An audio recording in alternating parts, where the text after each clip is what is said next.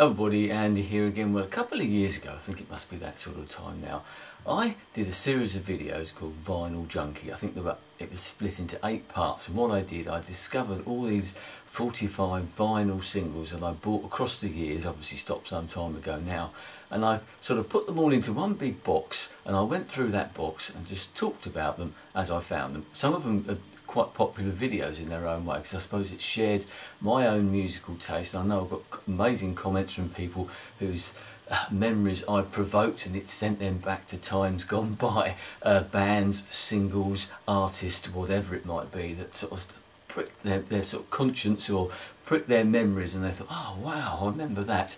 And a very good video response from somebody as well, whose idea he thought that I stole. Well, anyway, the other day I had to go up in my loft, and I was looking around, had to move some things around, and I found a whole box, or another little bag, full of 45 singles like this. Now, when I did the original video series, the Vinyl Junkie series, there were a few singles there that I thought, no, I'm sure I had that, and I wonder where it had gone. I wonder whether it was one of those occasions where, you know, you lend things out and you never get them back. So what I thought I'd do, and I found them in here, so what I thought I'd do is I'd go through these again, same sort of way that I did before, because there's quite a cross section, mainly from that sort of punky mid-70s, late 70s era, where a lot of the 45s that I had in the original videos came from as well. But once again, I got these out the other day, looked through them, and it took me back. So hopefully it will take you back as well, or maybe give you a little bit of an education. So here we go. I don't know how long this is going to take, and to be perfectly honest, I don't really care, because that's what it's like when you get back to this type of thing. So for those who've never seen one before, this is a 45 vinyl single. Now this is the first one here, and this is by a band called The Alarm. It's on the IRS record label, which was a record label set up by Miles Copeland, brother of Stuart Copeland from the Police, who managed the Police. He started up this particular record company. That's the band The Alarm, and that's, I think, was pretty much their first single, one called 68 Guns. This, on the old Ensign label, was actually the first CD, or see, this is what happens, you just get so caught up in CDs and MP3s and that these days, it takes you back. The first single by the Boomtown Rats, Bob Geldof, all that, and this is Looking After Number One. I remember that, what a bouncy little song. This is going back a little bit further, the original pub rock bands. These are Bringelly Swartz, it's not easy to say, Nick Lowe, a few others, the pub rock scene that came out of London especially, and sort of gave birth in some ways to what happened afterwards, the sort of punk rock whole idea. A lot of the musicians moved on, people like Dire Straits and even people who played in the Police were in sort of pub rocky type of bands, and then went on. Nick Lowe himself, who wrote this song, What's So Funny About Peace, Love and Understanding, which has been covered by Elvis Costello and others. It's still a great song actually. Nick Lowe wrote this song, and he went on to produce and even sing sort of one of class's sort of big new wave anthems, I think.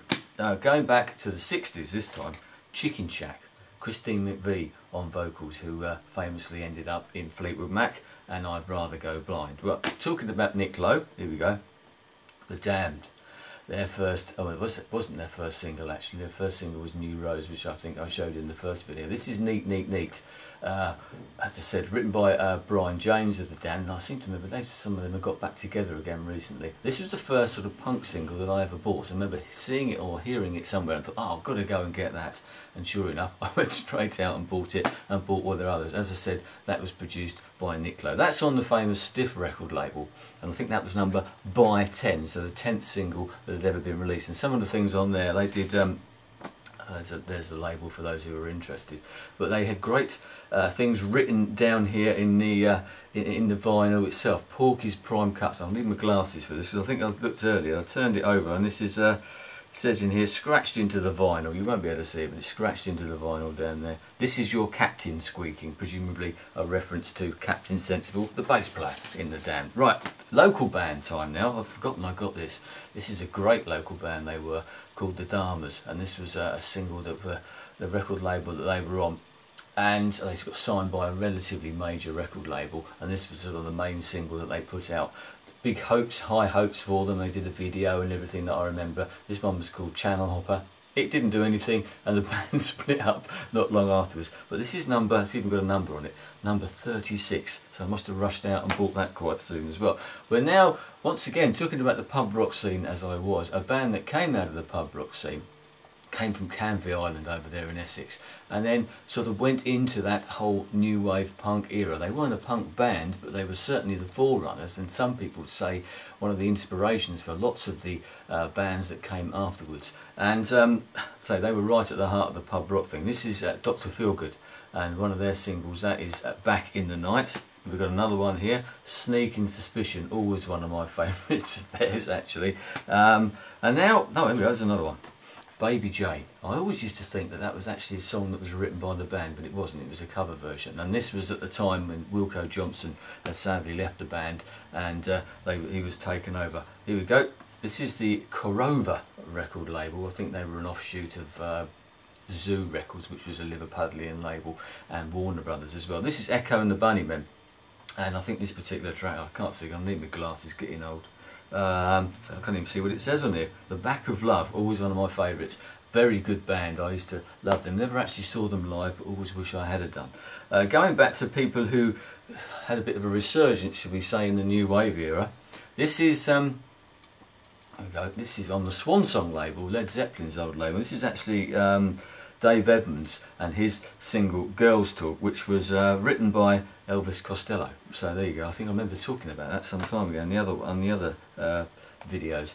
This is one of those little compilation vinyl records that used to come out every so often. Bands, it's like now you get EPs or something, or you get a compilation CD. They used to put these out occasionally as like little greatest hits singles. This one is The Faces, Rod Stewart and The Faces, and I can't remember what tracks we've got on it. We've got Memphis, which is a Chuck Berry song. You Can Make Me Dance, Sing or Anything, which is a great song. That's on that side. What we got on the other side, Stay With Me and Cindy Incidentally. I think it was actually promoting an album, a best of greatest hits album. Furniture, Broken, Brilliant Mind, Broken Mind, Brilliant Mind, a brilliant song actually, still one that still sounds very, very good now. I don't think they ever really did what they should have done. I can't pretend to know too much about them as a band particularly, but that one song, if ever a band deserved to get to somewhere on the strength of one song, that's it. Right, going back, we mentioned the 70s, right back into the 70s now, and I'm sure there'll be a few people going, oh my god, look at that. This is on the Charisma label, one of those labels that came out of the sort of the late 60s, 70s. This is actually Genesis. There we go, look, if I'm trying to get it around, it's got the old Lewis Carroll type Alice in Wonderland type thing on there. And this is actually, I Know What I Like in Your Wardrobe, so it shows you how long ago I bought this. And as I said in the other videos, on some of my old singles I used to write what they were and when I bought them, and I can tell you now that I bought this single on the 3rd of June 1974. Yes, that long ago. And going along with the same idea, here's something that I bought about the same sort of time. This is Hawkwind. Hawkwind, a single from them, and this one is particularly called The Kings of Speed. What's on the B-side? Actually, yeah, amazing, I've forgotten that. The B-side of this Hawkwind single is actually Motorhead. The track Motorhead, written by Lemmy, here credited as Ian Kilminster, which is his real name. So that was probably the first ever recording of that particular song. He then obviously went on to form Motorhead himself and re-recorded the song Motorhead. And I bought this single on the 29th of April 1975. So it's a real trip down memory lane. Another one of those bands that came from Liverpool, one of those cities I've always had this sort of affinity with, and the bands, the football teams maybe even, all that type of thing as well. The Icicle Works, Ian McNabb and the Crowd, and this particular song was called Love Is a Wonderful Colour. I think one of their biggest hits actually, very good band. I used to love the drummer in that band as well. And talking about Dave Evans as we were earlier on, Love Sculpture, the band that he was in the sort of mid-60s, and this is actually a version of Khachaturian, I think that's right, the Sabre Dance, one of those greats. If you've never heard it, search it out on wherever you can search it out these days, on the internet or something. A great bit of guitar playing. You'll recognise the song, or the tune should I say, but you might not have heard that particular version, but really a cracking bit of guitar. The Ramones, here we go. Rockaway Beach, Teenage Lobotomy and Beat on the Brats, one of the great bands from out of the 70s, and that's on the famous Sire record label. for those who might be interested. And what we got here, the Berserkly label. There we go. There's another one of those labels that came out at that particular time. This is actually Jonathan Richman and his Modern Lovers, and this is Roadrunner. On one side you've got Roadrunner, and on the other side you've got Roadrunner. One of those times. I think it's Roadrunner once and Roadrunner twice, and if you've ever heard the song, you know exactly what I'm talking about there. Now this is one of those songs that I mentioned in the first other videos, and one of those singles that I knew I had, and I've not forgotten all about, but I couldn't find it, and I thought, where on earth has that gone? I hope I haven't lost it. Here's the reason why. This is the Sex Pistols, and this is Anarchy in the UK on the EMI label, and I actually bought this for 40 pence, as old pence as well. No, actually they're new pence now, aren't they? It was in a bargain bin, would you believe? I hadn't actually bought it when it first came out. I have no idea why. The record shop that I used to go in used to, when the songs went out of the charts, and I don't think this bothered the charts particularly too much, unlike some of their later singles, it got reduced in price, and of course me and my mates all snapped them up, and for that sort of price I'm glad I did. And now of course it's probably worth a few quid. A bit like this next one, although I've got the wrong version. This is God Save the Queen by the Sex Pistols. Unfortunately, someone asked me the other day, I did actually post a picture of this online on Twitter or something, and someone said, it's not on A&M label, is it? No, it's on the Virgin label, when they signed to Richard Branson's Virgin label, famously after leaving EMI, strangely enough. On a little bit further, this is Holidays in the Sun by the Sex Pistols. Didn't get the picture sleeve, or I know people will have. Another one of those bands that came out of the punk era, and a band that weren't signed for a long time, and I remember seeing campaigns and things written on walls. I actually went to see them a couple of times in London. You know, sign this particular band. They were Susie and the Banshees, and this is, I think this is the first single, Hong Kong Garden, but once again, for some reason I didn't get the picture sleeve. It was probably just a little bit too late. They used to do these a lot, and here's the next one. I'll show you this one now. Picture sleeves all over the place, and this one is actually the Playground Twist, I think, which has always been one of my favourites. I just love the guitar in that particular one. But then one of the things that you miss now, I think, with CDs, but certainly obviously with MP3s, is the sort of artwork, and I'll go on to another aspect of it very shortly. But the artwork, etc. You used to get these and you could collect them. As I said, there's a couple of singles there that I didn't get the artwork for, and I missed that artwork. All the artwork that went in, especially at that time in the punk era, a lot of new people coming along. Jamie Reid, I think it was, who did the famous God Save the Queen poster, encouraging new art and that, and giving people opportunities. With MP3s and that, you're losing that, and even on CDs and that now, it's narrowed it down. It's not so maybe it's expressive or so interesting, groundbreaking or whatever than what it used to be. Then I suppose it's a new challenge, new age, a new challenge, but I think it's restricting a bit. And one of those things I think people of my era, people of my generation, my age, actually miss about the old records. Hence the fact that it's good to get these out. Here's another one. This is Christine by Susie and the Banshees, and another great rock and roll person, Patti Smith. So you want to be a rock and roll star. And what's on the back of that? Frederick, a live version. So you want to be a rock and roll star, the Old Birdsong. And that's a very, very good version of that. And I'm trying to remember, I have a feeling it was, yes, produced by Todd Rundgren. And that's, if you haven't heard that, that's a very good version. Not necessarily representative of the Patti Smith group, but certainly very good. This, another song. Let's have a look. When did I buy this one before I show it to you?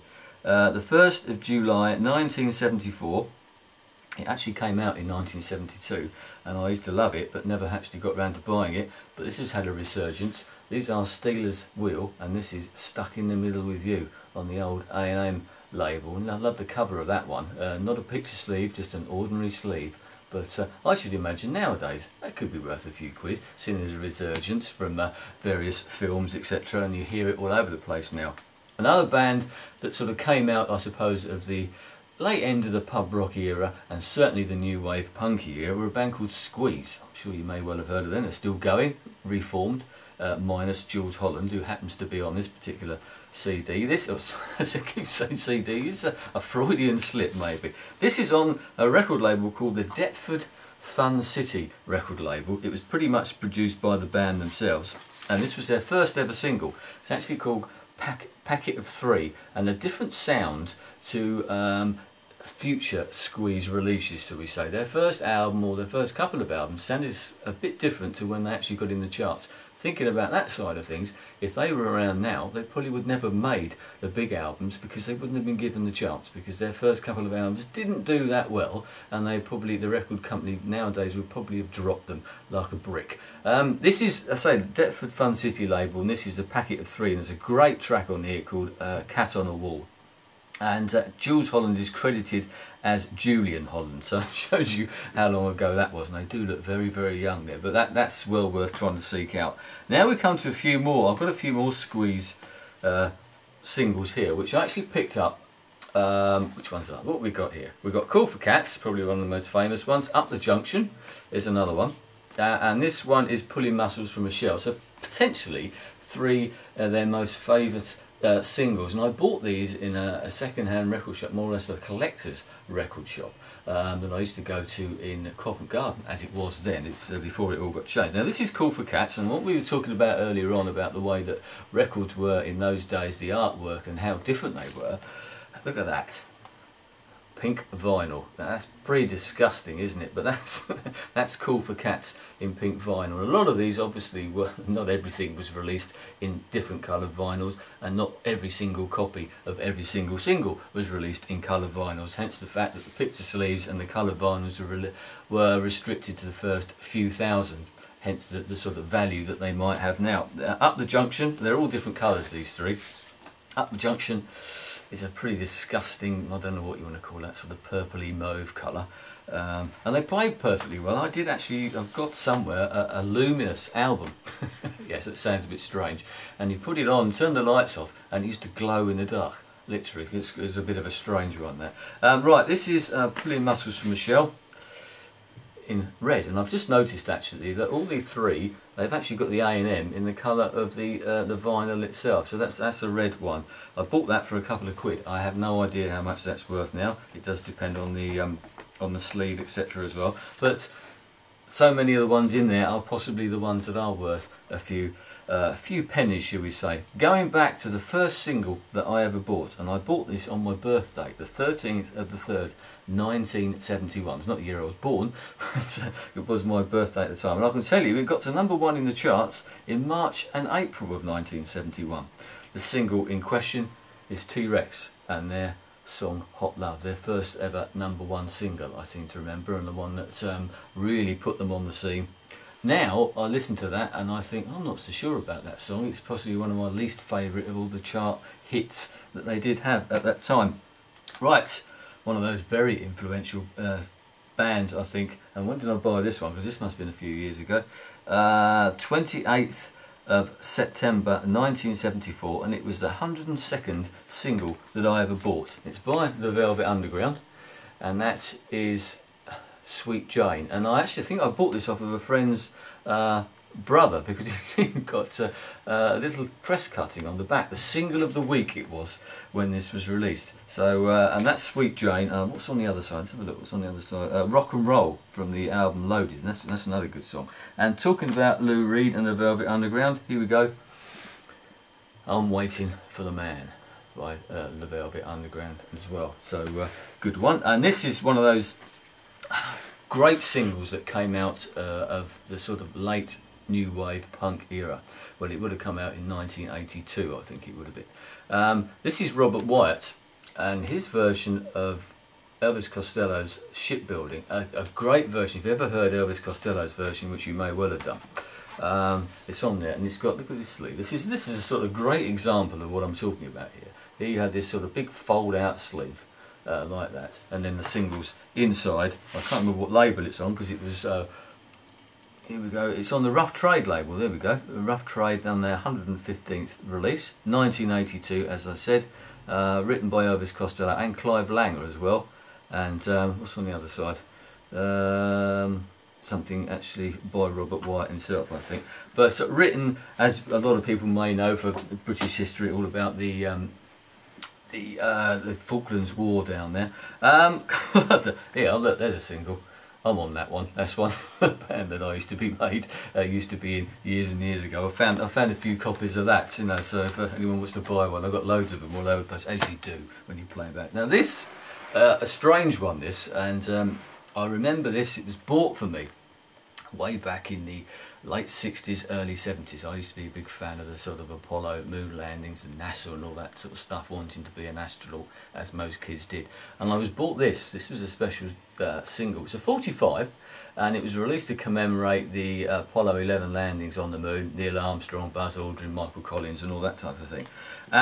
It's got, once again, look, if I show you this, it's got, apart from all the pictures on there as well of the moon, it's actually got a big Saturn V rocket poster. It's inside here, it's got all the trajectory that the spacecraft Apollo 11 took on its way to the moon and back. And what it actually does, it plays out all the sound recordings. There's the single itself. It plays out all the sound recordings of the actual journey, and it starts off with JFK, John F. Kennedy, talking about sending a man to the moon by the end of the decade of the 60s, and then it goes on all the other bits and pieces, and I've even got a transcription of all the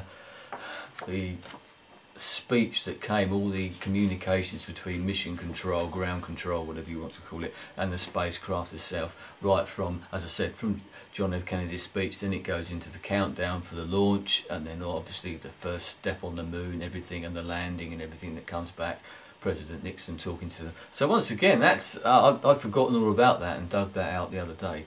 Unfortunately, as with all of these, I have nothing to play them on nowadays, which is one of those strange things. Even so much as that we haven't even got a CD player in the house now. If we play CDs, it's on a computer. As I said, that's a bit of a... Music's come a long way. It's good in some ways that we have all these different ways to listen to music and compress it and make it more portable, but we do lose something in some ways. The availability of it in some ways, that you can play it and make it sound better, because the best will in the world, an MP3 isn't going to sound as good even as a CD, or it isn't going to sound as good as vinyl, and the audio files amongst you will probably say that vinyl sounds far better.